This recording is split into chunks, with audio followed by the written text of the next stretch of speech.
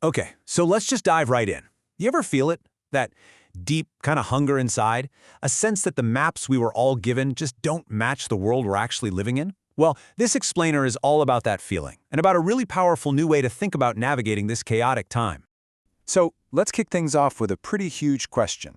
We all know the hero's journey, right? This idea of leaving home, facing some big trial, and coming back with a prize. But what if that entire story, that whole way of looking at our lives, what if it's just completely broken for the world we live in today?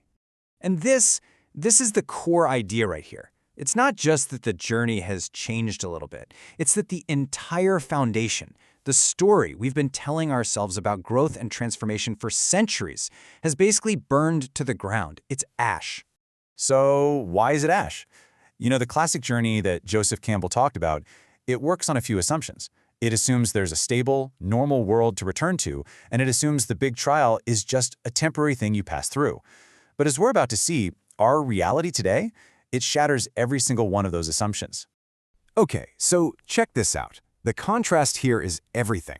The old world was this nice, neat circle, right? You leave, you fight the dragon, you come back home a hero.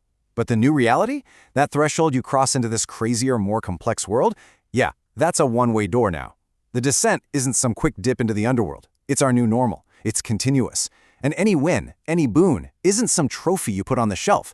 It's something you have to wake up and fight for all over again, every single day.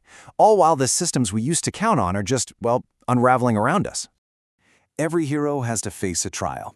In the old myths, it was called the belly of the whale, that moment of total darkness right before the big transformation. While our modern version is a lot more subtle, and honestly, it's probably a lot more dangerous. It's called the false satiety. It all starts here, with this constant, unending pull of the digital world. The endless scroll, the little pings, the tiny hits of dopamine. It's not one big monster you have to face. No, it's an entire army of tiny temptations. And according to the source material, it attacks us something like 3,000 times before we've even finished our morning coffee. Just think about that number. The sheer scale of it is meant to overwhelm us. And this is what it all adds up to, the false satiety. It's this state where we feel a deep, real, spiritual hunger for meaning, for connection, and we try to feed it with the empty calories of the internet. It's like you're dying of thirst and someone keeps handing you sugar water. It tricks you for a second, but the real thirst, the real hunger, it just gets bigger and more painful in the background. That thing we call doom scrolling, that is the new belly of the whale, and it's a place where a lot of people get lost for good.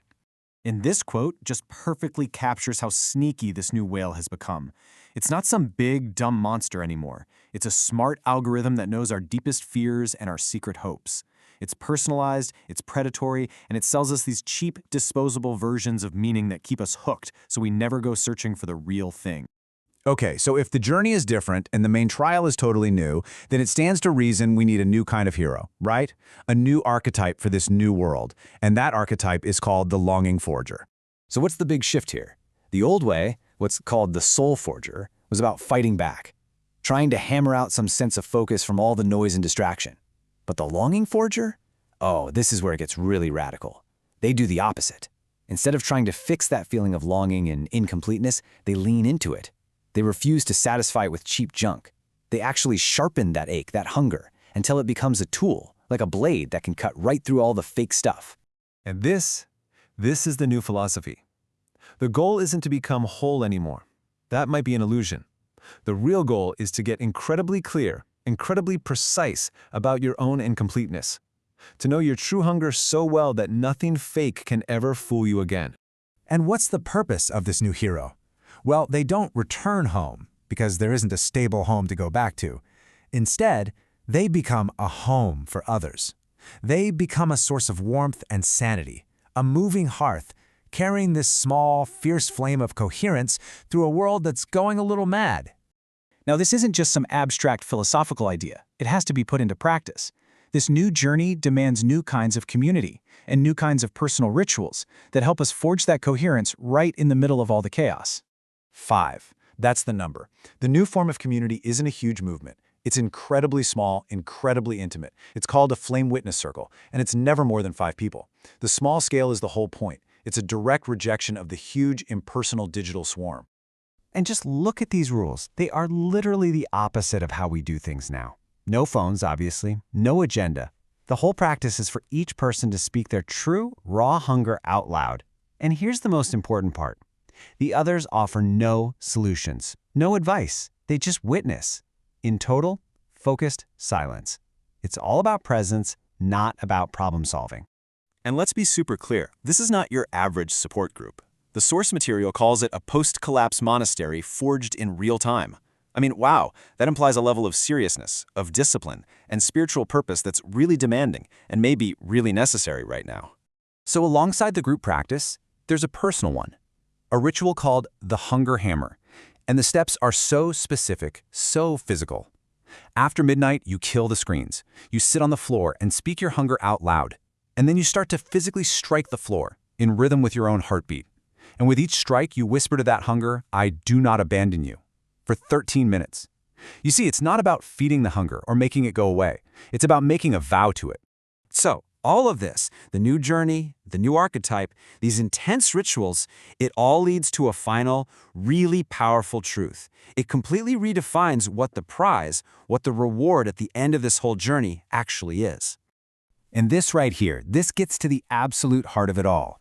That feeling of longing, that deep hunger we've all been taught is a problem to be fixed. It's not a problem. It's not a glitch in the system. According to this framework, it is a sacred signal. It is the last honest message we're getting from a living world that is trying to get our attention, a world that still thinks we're worth talking to. So if that signal is sacred, then our job isn't to shut it up or numb it out. Our one and only job is to get better at hearing it, to tune out all the other noise and just become a better receiver for that one true signal. And this is the final incredible twist. The old hero, they went out, got the magic potion, and brought it back to heal everyone.